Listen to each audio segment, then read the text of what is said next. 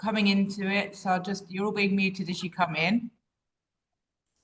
Okay, perfect. Right, I'm going to start. As you all know, you met us at the stand on a place in the sun.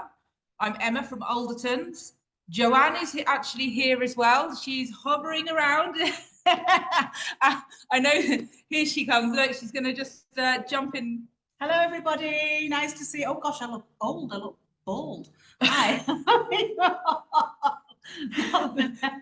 Joe keeping it real there. Nice to see you all. I'll be in the background. I might just keep popping in if you've got any questions, and I know better than Emma. But it's very rare that I actually know anything better than Emma. She is the oracle when it comes to all things visas. So see you all soon. So, as you know, Aldertons, set up by Joe 8 years ago. We help people relocate to Spain, and we love to help people relocate to our lovely area, which is the Marina Alta, which is on the Costa Blanca. And with that, hand in hand, is the visas and the residency, the NIEs, and all the bureaucracy that comes apart with moving to Spain. You've probably all seen that video on Facebook about the bureaucracy. So, and that's what I like dealing with. So what we have is the new digital nomad visa. Okay, the new one, brand new, hot off the press. It was actually released and it was put into the State Gazette, which is the BOE, just before Christmas last year. And then it was put into effect as of March the 31st this year. Okay. Now, at the show, many of you would have picked up one of our leaflets about it. Okay. So the digital nomad visa is exactly that, a digital nomad, somebody who remote works. They work online, purely online, and they don't have to be in an office. Okay.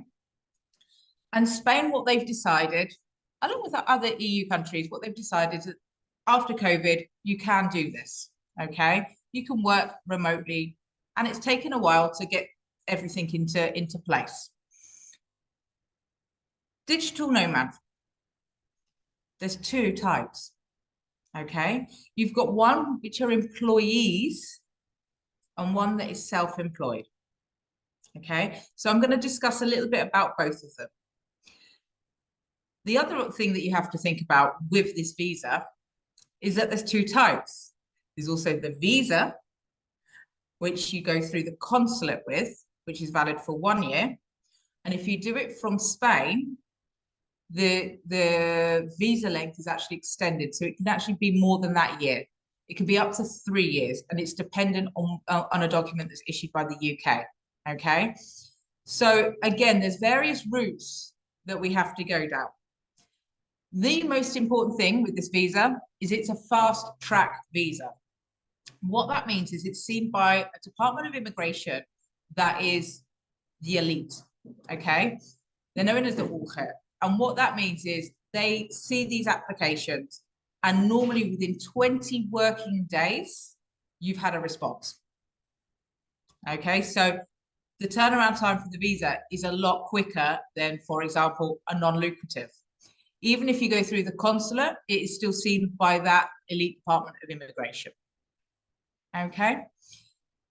So for either type of visa, whether you go through the self-employed or the employees of a company, there are certain documents that you're always going to have to show. Okay. And those documents, your passport, that passport, okay, will have to, if you go through the consulate, it's going to have at least one blank page on it. You're going to have to show a police certificate. And the police certificate in the UK, you tend to have a DBS or an enhanced DBS certificate. It isn't one of those. It's actually the, no, sorry, Naomi. It's actually the ACRO, okay? And that's issued by the department based in Hampshire. And you have to apply for that. And it is a summary of any criminal convictions or lack of criminal convictions from start to finish, basically. And what immigration like to see is no live trace or no trace. Okay. Then what you also have to show with either types of visa is that you've got a qualification in that field or the field that you're working in, or you've got at least 3 years experience in that field. Okay. So you could be doing something, accounting or something like that's online and have a degree in accounting. Perfect. Or you have worked in that field and you have been an accountant and you can prove that you've worked in that field for 3 years. Okay. And that could be references, previous jobs, things like that. But you have to be able to show that you have experience in the field that you're going to be working in. You also, regardless of the visa that you're going for, you're going to have to ask for express permission in writing, which is fine if you're working for a company. But if you're self-employed, you actually have to ask a number of your clients, do you mind if I work from Spain? And can you put that in a letter? Okay. It's one of those ones. They just want to make sure that none of your, if you're self-employed or if you're employed, nothing's going to come back and say, oh, no, I don't want to employ you anymore. I don't want to use your services because you're working in Spain. They just want to make sure that you're always going to, that's never going to be a problem.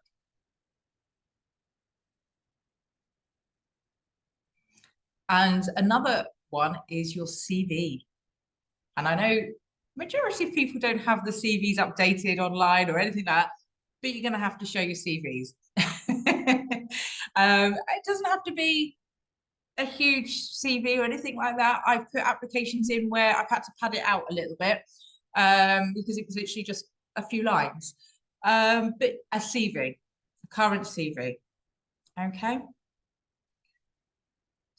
Lastly, what we're going to have to show, which is valid for both types of visas, is that you've got sufficient funds. Now, the sufficient funds for the digital nomad visa, for the first applicant for the year, it's 30,240 euros.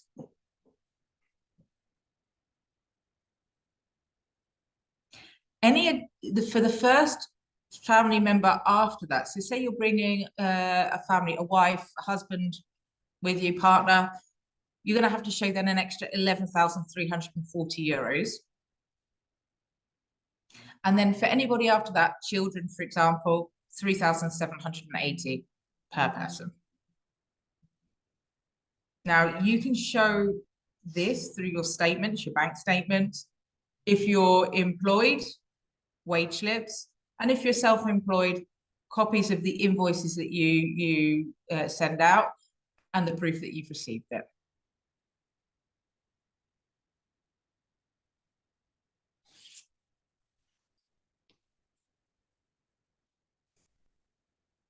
Right. So if we talk about the employees first, okay, you're all in the UK, so that makes it a little bit easier with regards to the documents today, because the UK are one of the only companies issuing some of the certificates, okay, which is good. We're getting there. So if you're working for a company, okay, we have to show that you've worked for that employer for 3 months and that you've got a contract with that employer, okay? In your contract, we need to show that what your wages are. Oh, somebody's just signing in. Bear with me 1 second. Let me just let Sarah coming in. She's coming in to join.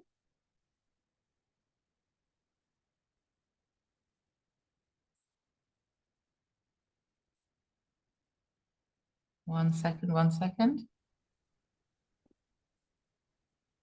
Stephanie's just joining as well. Just bear with us. Hi, Sarah. Okay. Hello. Hi, I'm just going to put you on mute now, okay? Yep. We're just going through the applications for employees of companies. So we've just gone through that you need your passport, your criminal history from the UK, which is the ACRO police certificate. Okay. We've gone through the minimum amounts that you need to show.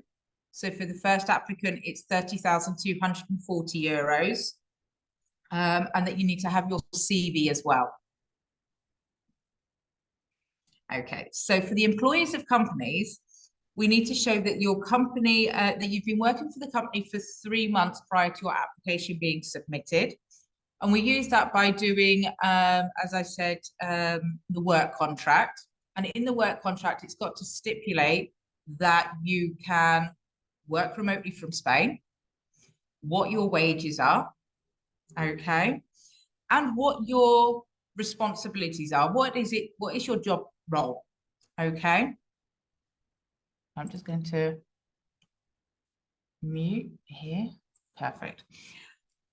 The other thing we have to show is that the employer, the company, has been working for a year. They've been around for a minimum of 1 year. Sorry, I'm just allowing somebody else in. 1 second.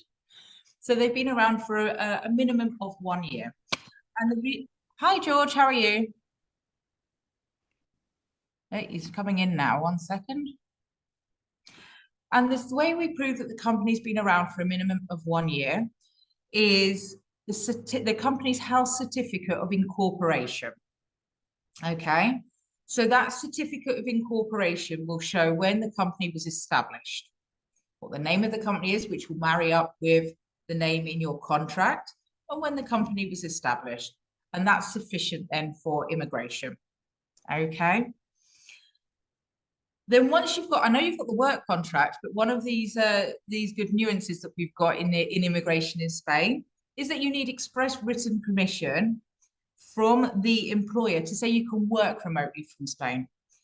So the HR for the company is going to have to write you a letter, and it has to state, again, very similar to what the contract states, we expressly allow you to work from Spain as remotely. You know, these are the hours, these are the job roles, this is the contract, and then a date. Why? Because your contract might be dated 3 years ago, but you're asking to move to Spain or asking to work from Spain now. So they just want, you know, a reiteration that that's okay. Okay. Again, they want to see that you've got the degree or the 3 years work experience. Then the other thing that is, when you're an employee of a company, your national insurance contributions in the UK are paid for by the employer. And you have to maintain paying a national insurance contribution. So the company has to request, it's the company that has to request what's known as an A1 certificate. And what that A1 certificate is going to show immigration here in Spain is that the company is going to continue paying your national insurance contributions in the UK whilst you are remote working in Spain. So for the 3 years that you're in Spain, your visa is valid for, the UK company will continue to pay your national insurance contributions. And then, because you're paying your national insurance contributions in the UK, you will need Spanish private health insurance to cover you whilst you're here. And that's a comprehensive policy, okay? Don't worry too much about private health insurance, because we've got a few very good providers, okay, more than happy to give you a quote on that, okay? They ask you a few questions, they ask you to fill out a questionnaire, and then what they'll do is they'll give you a quote, and then they can trigger that when we're ready to put the application. You don't have to have it now, but it has to be in effect when you trigger your application, when you submit your application, okay? But the main thing on this is that A1 certificate.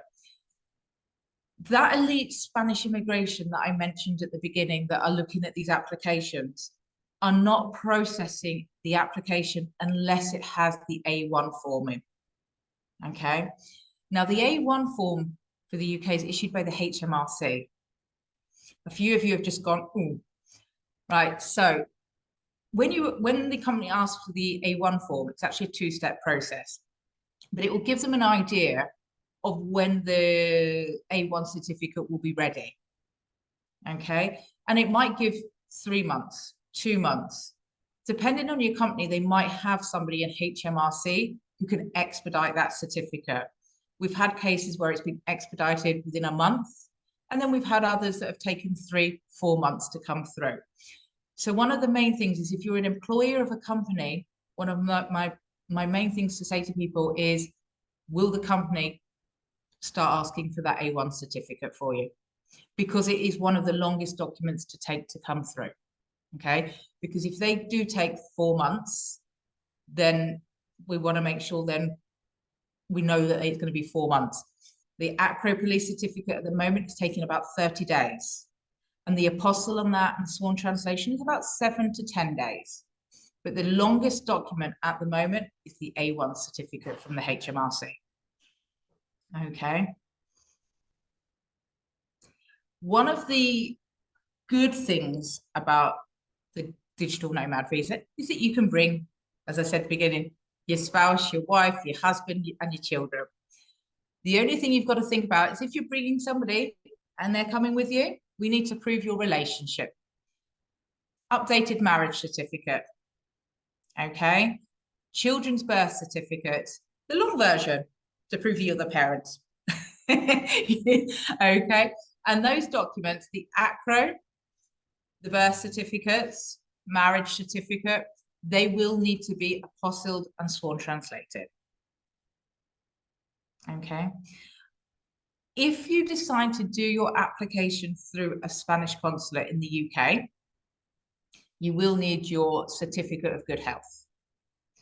The certificate of good health states you've not got malaria, dengue fever, Nile fever, yellow fever, or anything like that. Okay.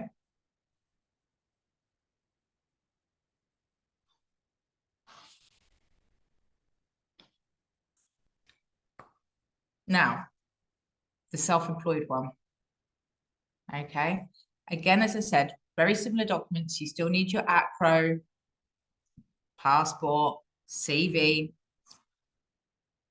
When you are self-employed, you can register in Spain as self-employed, which actually makes the process a little bit quicker. So your clients need to give you letters to say that they agree that you can work from Spain. That's not a problem. Okay. Any clients that you've got, or any businesses that you invoice on a regular basis, need to confirm to a letter confirming, yeah, we're really happy that they work from Spain.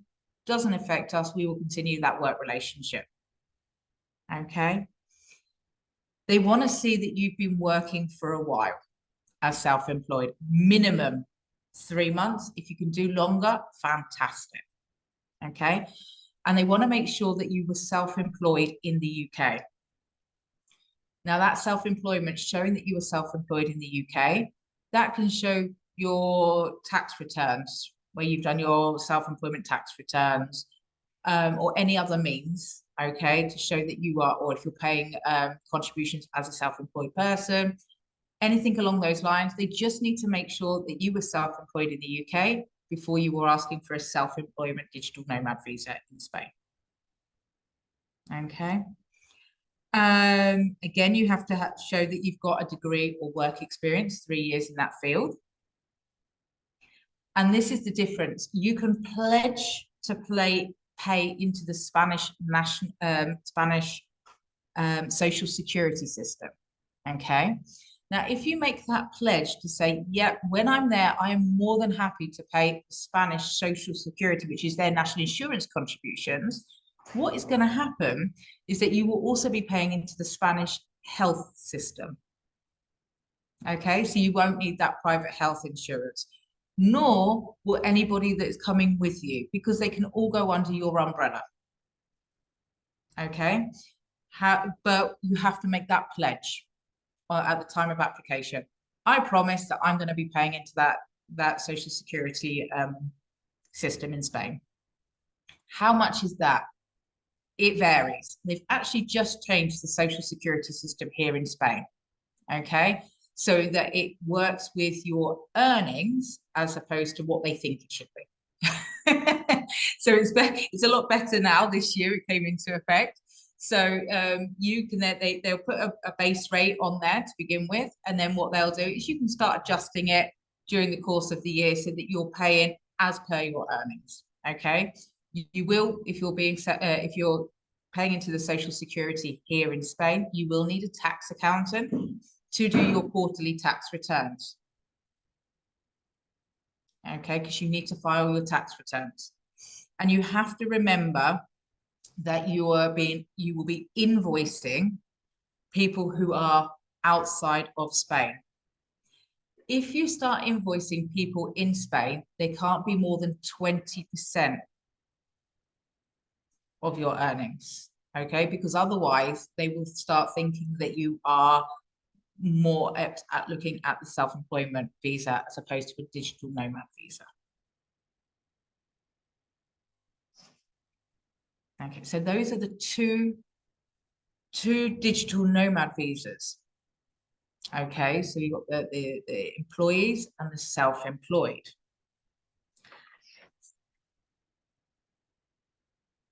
With the digital nomad visa, okay, there are certain tax benefits that are very enticing, shall I say. And that is that you can actually register as a non-tax resident, okay, whilst you're here in Spain, remote working. And you can actually do that for the first 5 years. Now, 5 years is really important in Spanish immigration. The 5 will come up quite a bit because in the first 5 years, you're classed as what's known as a temporary resident. That could be on a non-lucrative visa, under the withdrawal agreement. The first 5 years is always classed as temporary. And after 5 years, you become permanent. So what they've done with the digital nomad visa is they said, okay, those first 5 years as a temporary resident, so whether you've got your visa from Constant, you get 1 year, and then you get the 3 years and you renew it, or you get it from Spain, you get the 3 years off the bat and then renew it for 2. Those first 5 years, you can register as a non-tax resident. Okay, so that means your tax rate is less than if you were a resident. Okay, after 5 years, when you become a permanent resident, that is when they'll be looking at you paying as a Spanish tax resident in Spain. So it's a good incentive that they've put in. Okay, the tax when you hold that card, which is known as the TIE card, the TIE, and you go to that tax office to register as a non-tax resident, you'll be doing so under what's called the Beckham law. David Beckham. It's named after David Beckham himself. And what it was very similar. He was here in Spain and he was working, but he was a tax resident in the UK, and he managed to, well, not him personally, his lawyers and his tax team managed to get this law passed. And that's what they based it on. If you're working in Spain, but you keep your taxes in the UK, and it's known as the Beckham law. The only thing that I will say is the tax agency, the Spanish tax agency, haven't actually got the forms ready for the digital nomad visa. They're there, somebody's working on them, but they've not quite been finalized.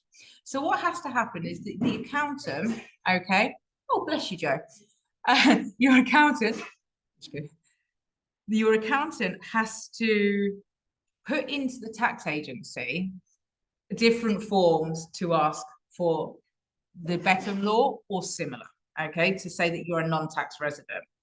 But we would always recommend when you come into Spain, you've got your boarding card, not the flight reservation, the boarding card, okay, because that proves that you were on that flight coming into Spain, okay, especially if for whatever reason there's nobody at passport control to stamp your passport.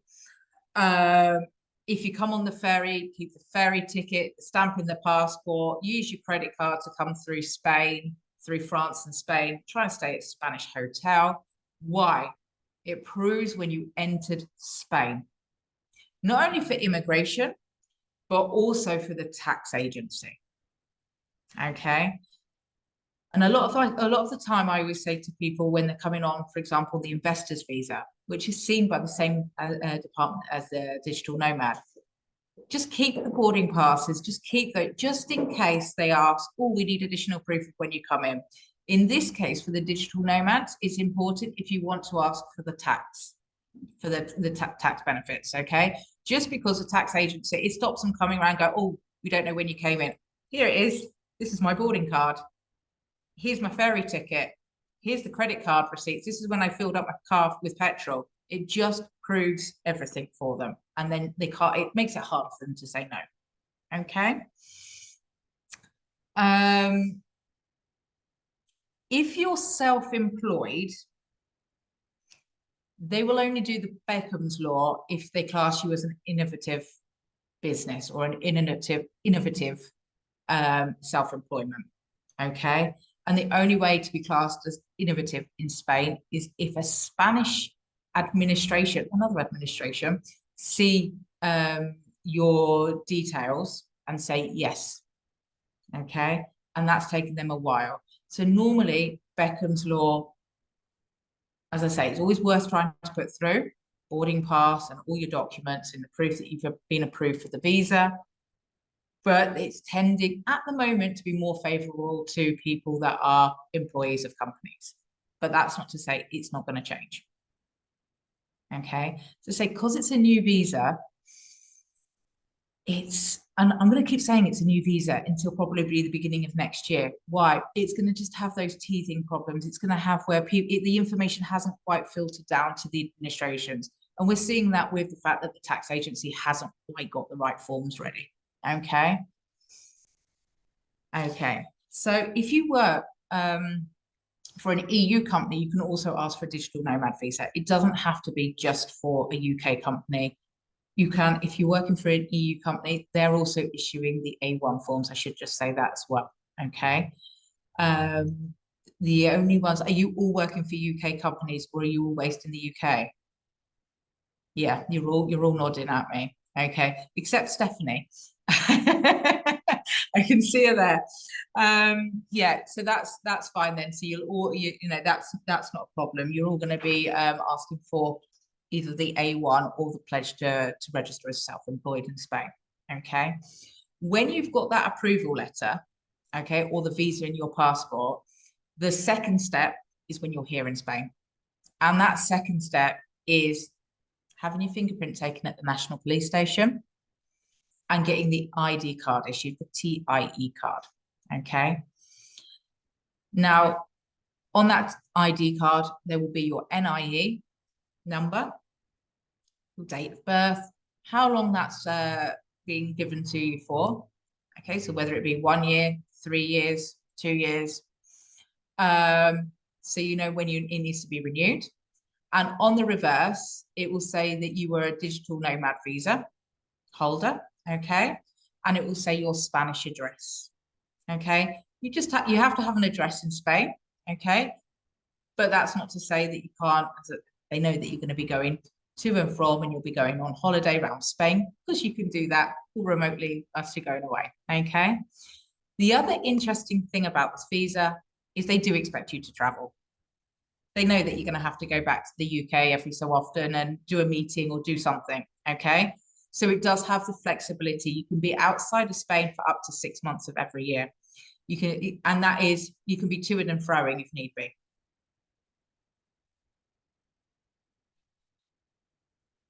Okay.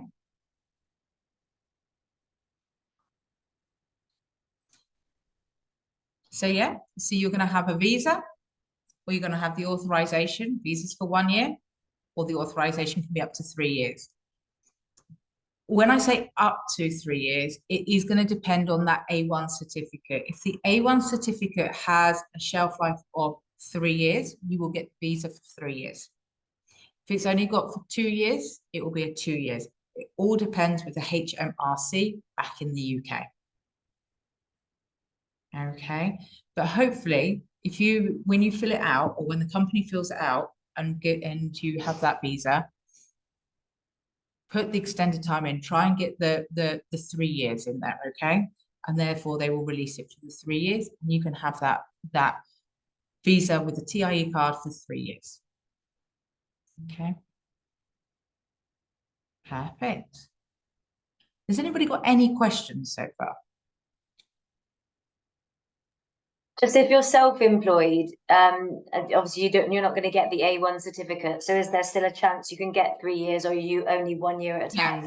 Yeah, it will be assessed individually, okay, as to what your clients are saying, what your workload is, what invoices you can present, and what it is you do. But the immigration department that see this visa and oversee it all, every application is individual to them. So if we say that you've got all these clients and this is your workload, and you've got a forward order book going on of this amount, they will be happy then to issue. If they can see that you've only got 1 or 2 clients, then they'll look into it. But if you've been working with those clients for a long time, they'll take that into ¿cómo se llama? They will take that as well. I can't think of the word. Consideration. Consideration. You both said it at the same time. I was like, what is that word that I can't think of? The Spanish was coming out then. Yeah, they'll take that into consideration too. They're very good in that respect, in that immigration department. They will take things, they will look at it in an individual basis and assess individually. Okay.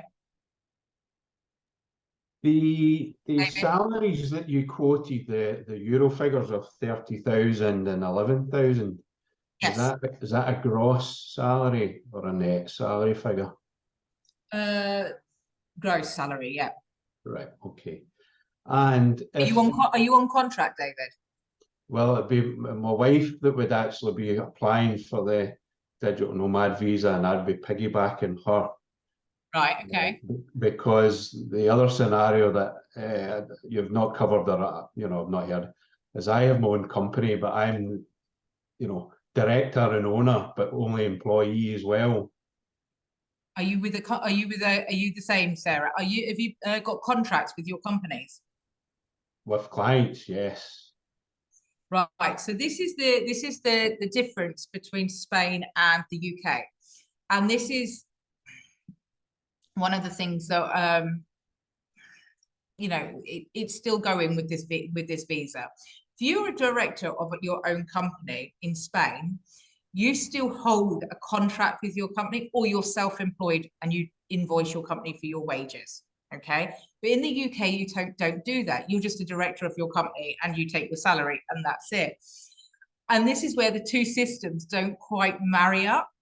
So you might want to say, for the next, because you're a director, you might want to take yourself out and give yourself a little contract for a while if you're going to do it. If you're not, and you're going to let your wife do it, and then you come under her umbrella, that's something, that's different.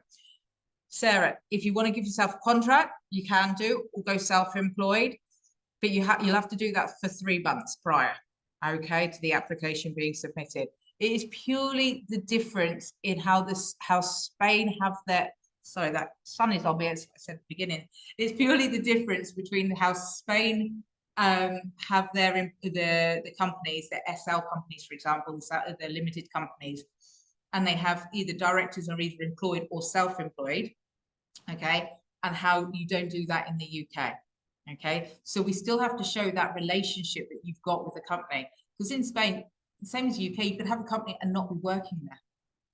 So we have to show that you're working for that company, and we have to have the evidence there. That's what it comes down to, the evidence, the paperwork. Spain love paperwork. Okay, so that's how we would get around that. You'd have to either do a contract or become self-employed for the 3 months prior. We'd still show that it's your company and it's registered to you, but that you've got that working relationship with the company. On the basis that my wife, is the primary person who gets the DNV and I piggyback, what does that make me when I get to Spain? Trailing spouse is what it's called in immigration. It means that you're allowed to live and work, and you can actually work. This is it's one of those little things that they've done in this visa. You could actually physically work here in Spain, but your wife couldn't. She'd have to be a remote worker. Okay. Okay, so you could be here and you could go and work anywhere you wanted to with a contract or self-employed in Spain.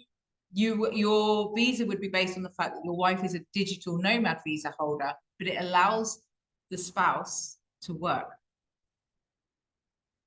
It's one of those, you'd think that it would just mean that you could only digital work online as well as, but no, they've done that so that people can go out and they can work, and then they would be, you know, contributing to the national the national health and things like that.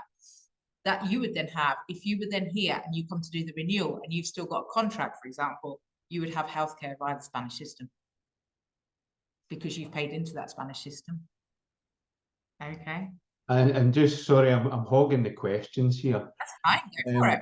If I then start paying into the Spanish system, Yeah. I think I picked you up earlier, it says that then both of us would be covered for health insurance. Then we wouldn't have to take out our own private health insurance. You would have to begin with for the actual first application, but when it came to any subsequent renewals, you could show that you've got it because you've been contracted, and you'd be paying into this. Well, if you've got a contract or you're self-employed here in Spain, with you paying by your national insurance contributions, your social security, you're paying into the healthcare, so you would be covered and your wife would then be covered. So then you could show on your renewals that you've got a contract and you're covered by social security for healthcare. It's the same as if you were to bring a dependent with you, an ascendant. Say you've got a parent who's coming with you. Okay, as long as you can prove that that's your parent. If that parent has got an S1 form, okay, so they're retired, but they're coming with you for healthcare reasons, okay, they're entitled to an S1, which is healthcare coverage. It's a reciprocal healthcare agreement between the UK and Spain. They can have an S1 form, okay, so you wouldn't need private health insurance for them at all. They've got the S1 form because they paid their everything in the UK and they're retired, but they're dependent on you medically, for example. They can also come out. Okay, so any elderly parents that need to come out and that you're looking after, they can all come out, not a problem. Okay. Cool. I've got a quick question, please. Yes, Sarah. I read somewhere that your company that you work for has to be an international company. Is that not the case? No. No. If it was an international company, what you would be looking at there. So say, for example, you worked for a bank that's international, something like that. If it was an international company, you could then do an intercompany transfer as opposed to a digital nomad. And the intercompany transfer is you're going from one branch that's based in the UK to a branch that's based in Spain. Why? Because you're a manager and they need you here or something like that. And your authorization to live and work would be purely based on that business, that branch, and it would be valid for a maximum of 3 years only. Okay, so it doesn't have to be an international business. It can be a business as long as it's been established for over a year and it's registered in their company house, because you need that certificate of incorporation. Okay, thank you. It's got to be outside of Spain as well. Yeah, it's not a Spanish company. Sorry, Naomi.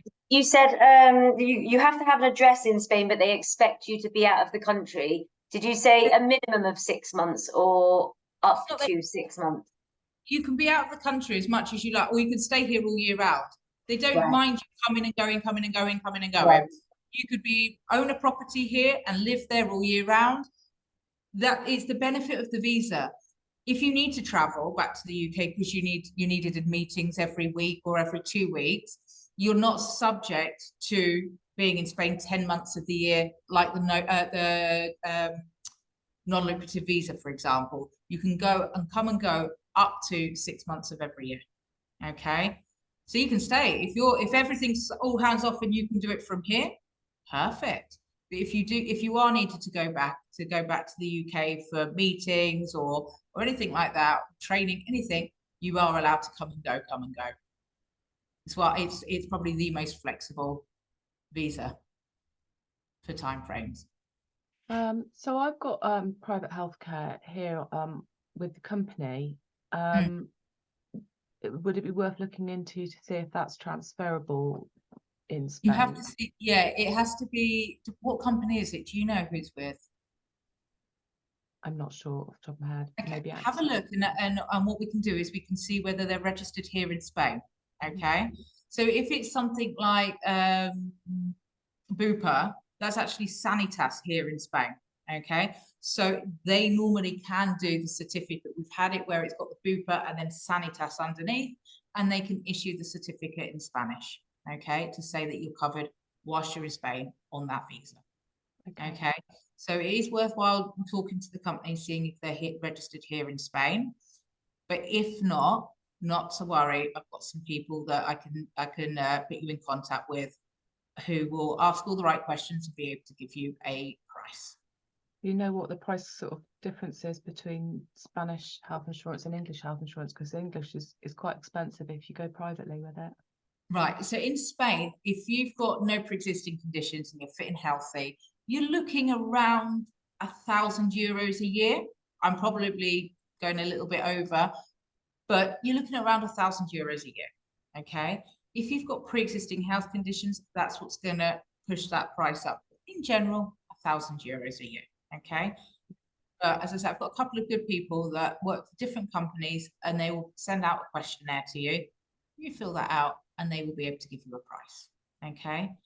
One thing is, depending on where you're going to be as well, I was like, for example, in our area, we have DKV, we have ASA, we have Sanitas. There is a couple that are only based in certain areas. Okay. So what I always say is, let me know what area you're going to be in Spain as well, because I can make sure that they've got good hospitals, so say hotels and hospitals there. You're going to stay in a hotel, good hospitals there, and good, you want to be able to have a number of doctors that you can see and things like that. So we always make sure that the medical coverage, what the physical doctors that are there are good as well. Okay. Perfect. Is there any other questions? Yes, Simon, how are you? You're going to have to unmute yourself.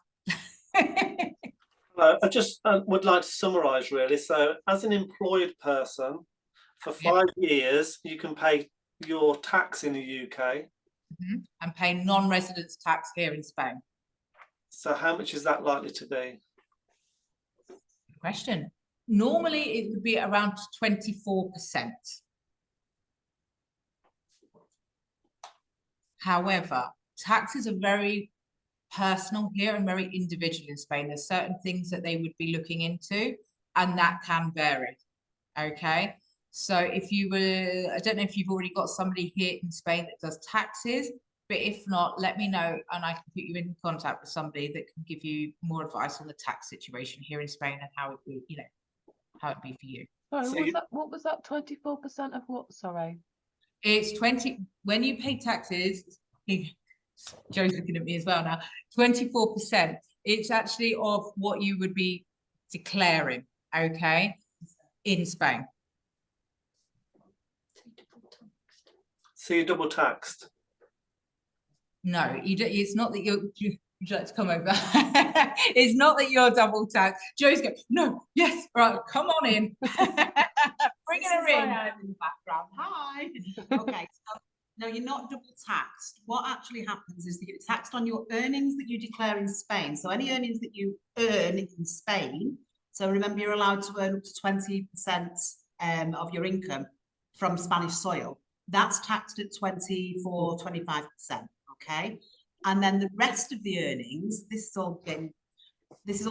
rest of the earnings is taxed in, if you're from the UK, taxed in the UK, you declare your tax earnings there. Okay, but as Emma did correctly say before, tax is very, very individual in Spain, and it all depends on what you're earning in what country. So we always advise you get independent tax advice with regard to your specific circumstances, what countries you're based in, how much you're pretty much going to be declaring in Spain, etc., and then you'll get a decent overview. But you're not double taxed in both countries. You can declare all of your taxes in Spain, all of your earnings in Spain, pay the 24%, but it might push you over because you will have to do a tax declaration in your home country as well.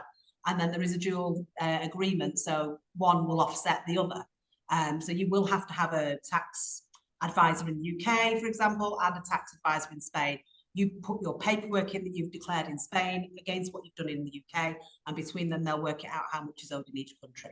But you do need to take that specific tax advice. We've got loads of tax advisors that we can pass on to you to give you a clearer idea, because as you can see before, we're grey enough just with immigration. I'll deal with tax as well. We're like, ugh. But yeah, that's a brief overview. But yeah, we will pass you on to the right people for the specific tax advice for your circumstances. It depends whether you're married, you've got kids and things like that. So if you own a house, if you're renting, everything, it's very different. So yeah. Okay, thanks. And if you're self-employed, then you can still pay your tax in the UK, but you need to pay Spanish Social Security. You'll be paying Spanish Social Security, and you'll be doing your trimester every 3 months. You'll have to do a tax return. Yeah. Okay. Because you're paying it the Spanish Social Security, and they will expect that. So you will need an accountant here in Spain, and again, they can then advise you on the UK and the Spanish. Yeah, your tax return over here would basically be to say that you've earned practically zero on Spanish soil, and the rest of it is on foreign soil, and it's in that country. Yeah, it's very similar to if you're a pensioner.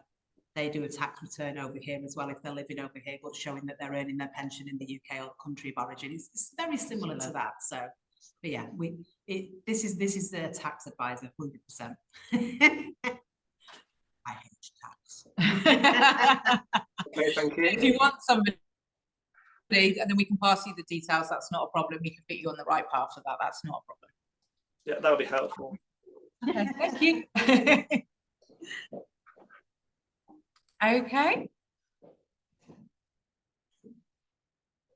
Any other questions at all? Yes, I have another one. All right, David, go on. If hypothetically speaking, we arrive in Spain tomorrow on a 90-day tourist visa. Yep. And then the next day we start our DNV process. Yeah. Now if you've indicated, and I've read it elsewhere, that the lovely HMRC sort of like dragging their heels for the A1 form, and it could take 3 to 4 months to come through. We're going to outstay the 90-day tourist visa. So what do you do in that situation?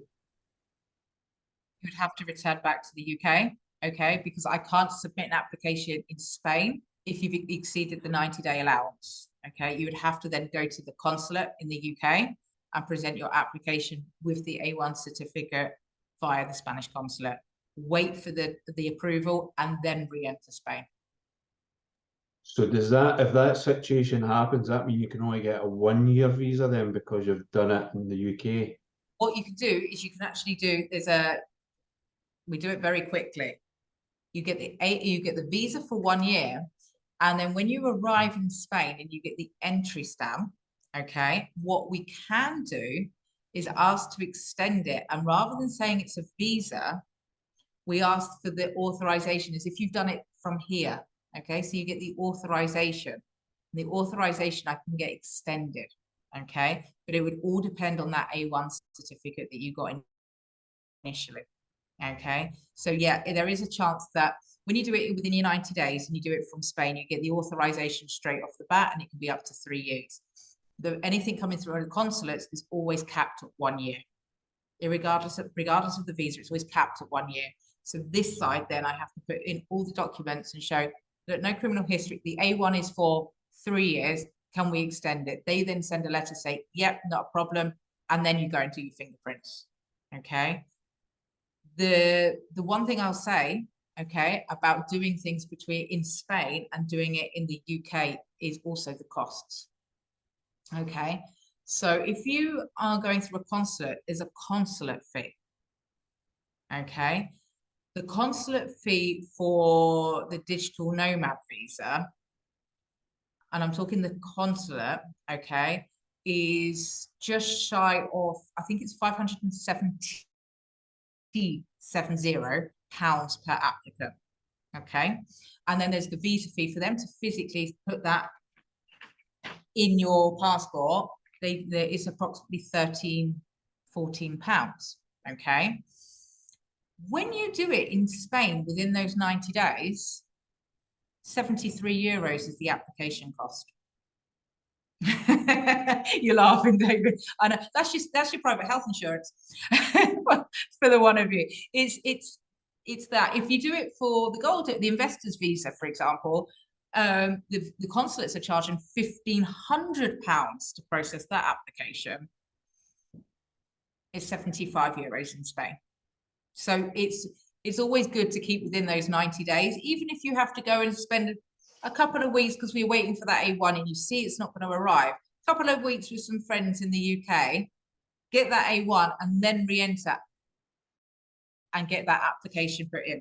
Okay. Why? A, because you'll get longer on your initial visa anyway, and B, you're saving on that consulate cost. Is there a reason why we couldn't apply for the A1 now, if you know you're going to go to Spain in 4 months, or do you have to do it as a sequence? No, I would say to you, order the A1 and give them the start date when you want to be in Spain. So if you're saying I want to be in Spain in 4 months, put the start date is in 4 months' time. Okay, because then they've got to try and get these applications through HMRC. They've just got a backlog. Okay. One thing I will say is when you fill out, well, it's the company that has to fill it out for you. But when they do, just to be very careful when they fill it out, okay, and make sure that they write that you were an employee of the company. Otherwise, it can have a negative effect on the application, and you could wait that time, and then they turn around and say no because you filled it out wrong. So just make sure that whoever fills it out, if it's your HR department, the passport number's correct, your name's done correctly, and everything like that. Okay. Because anything like that, HMRC, they go, oh no, that's wrong. We've had it where somebody's filled it out just ever so slightly this week, and HMRC has said it's not married up in their system. Hopefully, though, they're going to be catching up. That's my optimistic outlook is they're going to catch up and they're going to do it quicker, and they're going to stick within. Initially, they were going, yes, within 30 days. We'll get it to you within 30 days. And of course, they've had an influx of applications and it's just got stacked together like that. So hopefully they will catch up, put more people onto it, catch up with the backlog, and those A1s will be coming out quicker. Okay. At the moment, if you're looking at 4 months' time to be here, 5 months' time to be here, I would say start looking at getting that A1. Okay. And putting that start date there of that A1 as in that 4 months' time. See, I want to be there February the 1st. Let's start ordering it.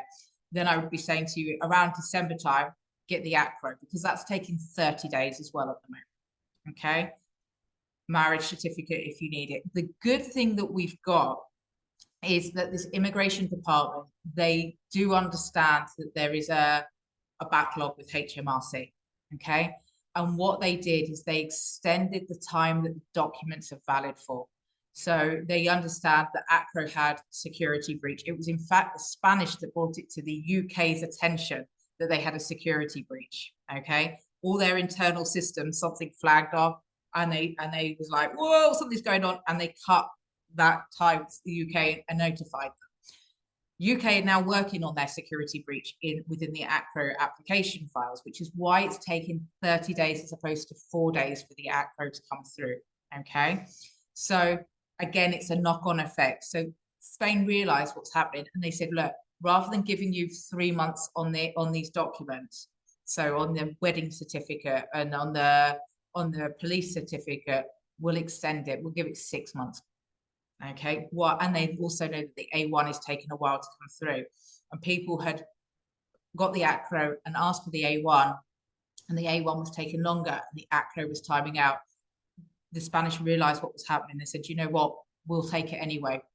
You've been waiting this time. We're going to just extend it a little bit more and make it easier. Okay. So they have done that. They have seen the problems that's been going on, and they're trying to work so that we can take the documents and present it. Okay.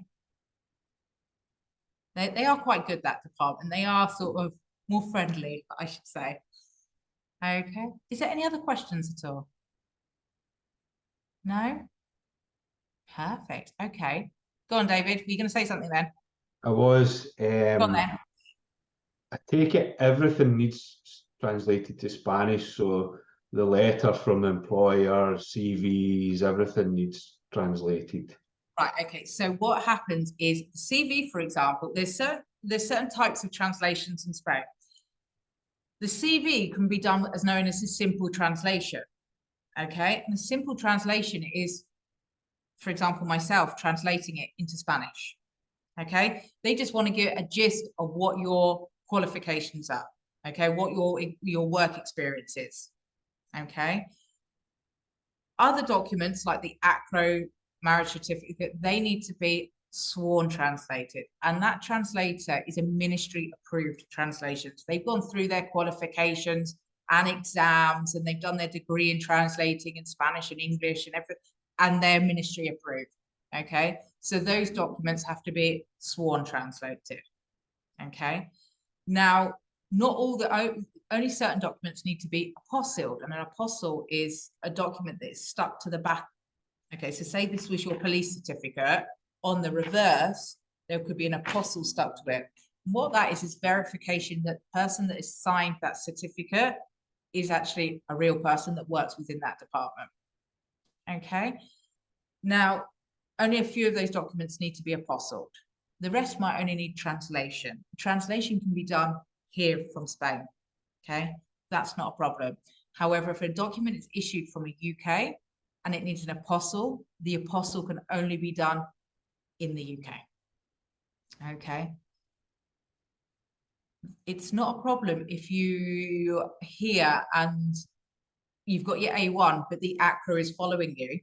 Okay.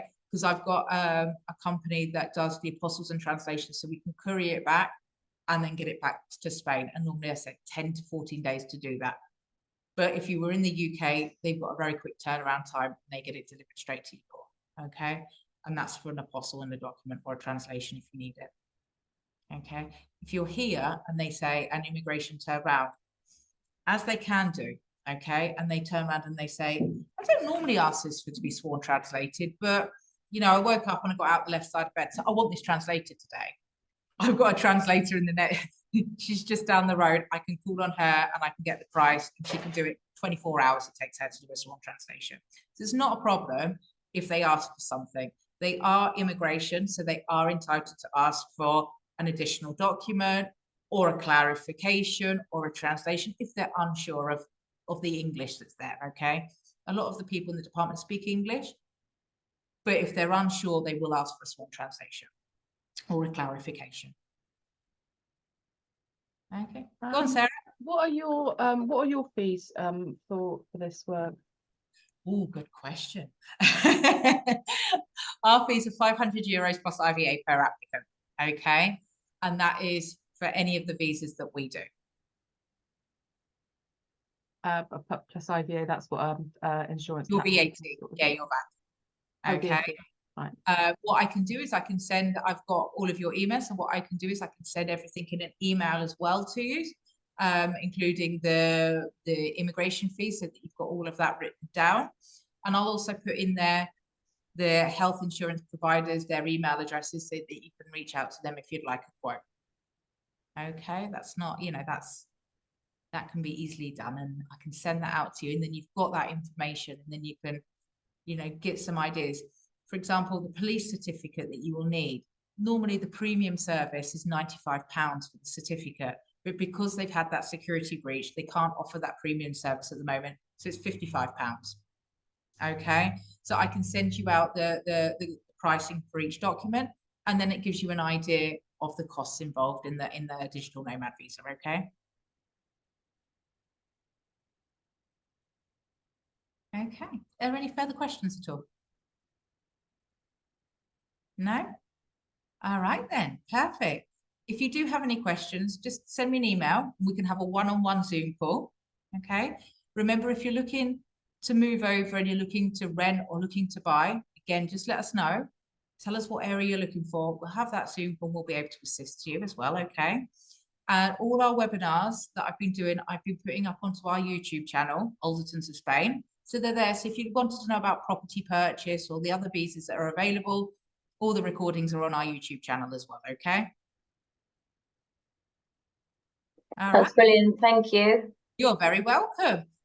And one of us, if you know, I'll send that out to you. And then any questions, let me know and we can have a Zoom call. Brilliant. Brilliant. Thank you. Perfect. Thanks very much. Bye. Bye. Bye. Adios. See you soon. Good Adios. luck, everybody. Bye.